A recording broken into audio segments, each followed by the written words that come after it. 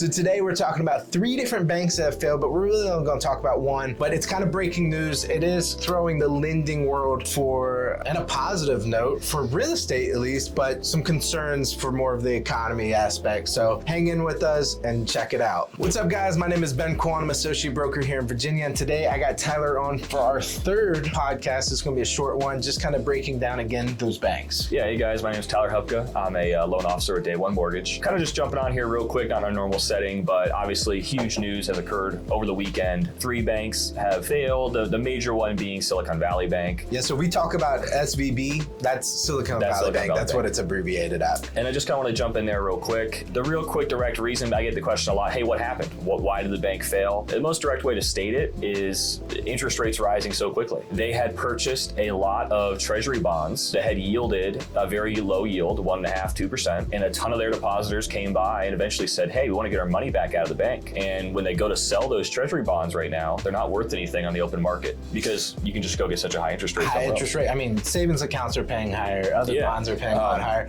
So we should say that as a bank, like their whole profit system or business plan is, let's say we give them $1,000, they're going to keep about 10%, $100 on hand, and then they're going to loan out the other $900, and they invest that and make their profit margins. And that's how a bank essentially works. Yep. So when a lot of people at once try to come and get their money, it's not good because they don't have that kind of cash on hand. Yeah, well, normally, if a bunch of depositors came by and said, hey, we want to get our cash back out, well, they just go to their assets on hand and they sell them. They go, hey, look, we'll just sell our assets and we'll give you your cash back. Well, the problem being, if that asset is worth a lot less money, they can't sell it for your cash. So a ton of depositors went to the bank there. And by the way, Silicon Valley Bank mostly banked with tech startups, VC funds, that kind of Silicon Valley world. And a lot of their businesses internally aren't doing that well in their high interest rate environment. So that was already kind of a factor. There is some tie-ins. Definitely more high risk. High risk banking, but there also was some tie-ins to FTX and crypto, by the way, for all 3 of these banks. So that's also a factor. That's like a whole nother podcast. Whole nother can of worms, yeah. So there is a lot of confluence of factors that are going on that cause this bank. But the major one was kind of concerning at first because you would think on the surface, hey, a bank just invests in Treasury bonds, no big deal, super safe. What's the problem? The problem is when a ton of depositors come by and say, hey, we want our cash back. In a normal environment, they just sell their Treasury bonds and go, all right, here's your cash. These Treasury bonds aren't worth anything. In that reason being, hey, if we had $1 million right now and we could go put and buy a Treasury bond for 4.5%. We don't. But if you go buy a Treasury bond for 4.5%, and then a bank comes by and goes, hey man, we'll send you our bonds for $1 million,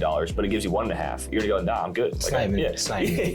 You're gonna go, oh, but maybe I'll give you 500 grand. It's worth a lot less on the open market. Yes. So when all of these depositors came by and wanted their cash back, they didn't have the assets to sell. Eventually, Congress steps in and goes, hey, you're insolvent. Now, the big fix that came out on Monday, the Federal Reserve came out and said, look, if you own a Treasury bond, if you're a bank and you own a Treasury bond prior to today being Monday, then we will buy it for 100 cents on the dollar. We'll pay you what you paid for it. So they get all their cash back and then they can give those funds back to depositors. So it's kind of like 2008 bank bailouts. A little bit. Over. And they're kind of. A little bit. I mean, they're avoiding the word bailout. I'll give the Fed some credit. Their big fear was they didn't want a run on the banks. They didn't want contagion. Because if the general theory is, hey, this bank mostly failed because they owned a lot of government paper, that's a problem. A lot of banks own government paper. That's a pretty normal thing. The general consensus would be, hey, a lot of banks might have an issue paying back our money. And to stop that, they say, hey, look, any bank that owns government paper prior to today, we'll give you 100 cents on the dollar. That way, give them back their initial investment, or what it should be worth. Yeah, that way depositors can withdraw their money because FDIC insurance only covers up to 250 grand. Now, the interesting point of SVB, Silicon Valley Bank, is in a normal situation, most banks, 56% of their deposits are covered by FDIC insurance. At Silicon Valley Bank, 97% of their deposits were not covered. So it was that risky.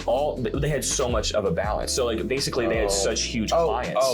So okay. Yeah, basically all of their accounts were over the limit. Normally, if a bank goes under, you have FDIC insurance, and the FDIC insurance covers your deposits. For most mom and pop, for most general people in the society, you go, okay, that's fine, 250 grand's covered, or you spread out your money through different banks. Multiple banks, stuff like that. That's the other issue is SVB was very centralized. All of the Silicon Valley VC funds and tech firms, they were kind of incentivized and pushed towards this bank, so they just kept all their money at this one bank. Yeah. So they didn't have a very good spread. So the good news is... They say don't put all your eggs in one basket.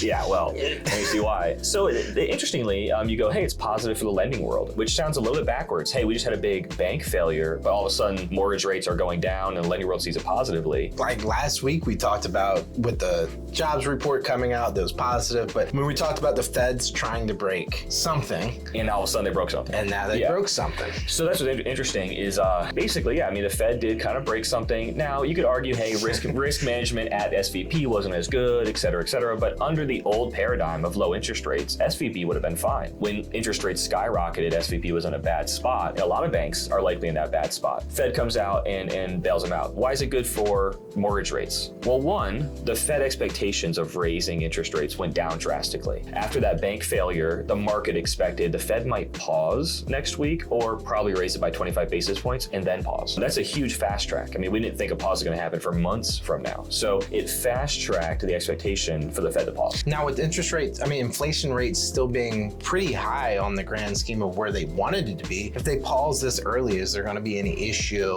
You know, I mean, have they achieved their goal? That's a great question. I mean, if they pause, I guess they could continue to raise after a while after everything calms down. Oh yeah, and that's kind of the big fear of the general market, big kind of macro economists looking at the huge economy. They're going, well, look, we still have pretty high inflation. Inflation report came out today, I believe it's somewhere around 6%. 6% inflation, we have a 2% target from the Fed. That's their mandated target. It's still high. And if the Fed is already debating, hey, we're gonna pause or slow down, and inflation has come down some, but they haven't won the war against inflation, that's kind of a problem. By the way, this is inflationary. We are printing money to backstop all of the deposits and buy these Treasury bonds, and it is inflationary. The flip side of it is they said that they're not going to have the taxpayers pay for it, but they're going to have the FDIC insurance on banks rise and then have the banks pay for it by adding to the bank's fees. Now, I would argue banks will probably increase their fees, so eventually somebody's paying for it. The consumer's going to pay for it. That's not the consumer. That's the other KPI or whatever it is. Well, it's just like in 2020 when we print a lot of money and a lot of PPP loans, and eventually we paid for it with inflation. So it's a very precarious situation, but the Silicon Valley Bank failure was a positive note for interest rates because the Fed expectations went down and it gave a little bit of leeway for banks to be a little more risky. The highlight of SVB going under, and this is kind of occurring in 08, and the great saying I like, and I might be butchering a little bit, but basically capitalism for profits, but socialism for losses. Think about that. Think about that for a second. And it is kind of a concern where we see it over and over and over. It's like, hey, you're a business, you're making money, you have your profits, you keep the profits, your stockholders keep the profits, you can profit as much as you want. But if you go under, it's socialism for your losses. Yeah, but it's geared towards huge things. I mean, if any mom and pop were going under, it doesn't really matter. Well, and you hear this a lot in economic talk.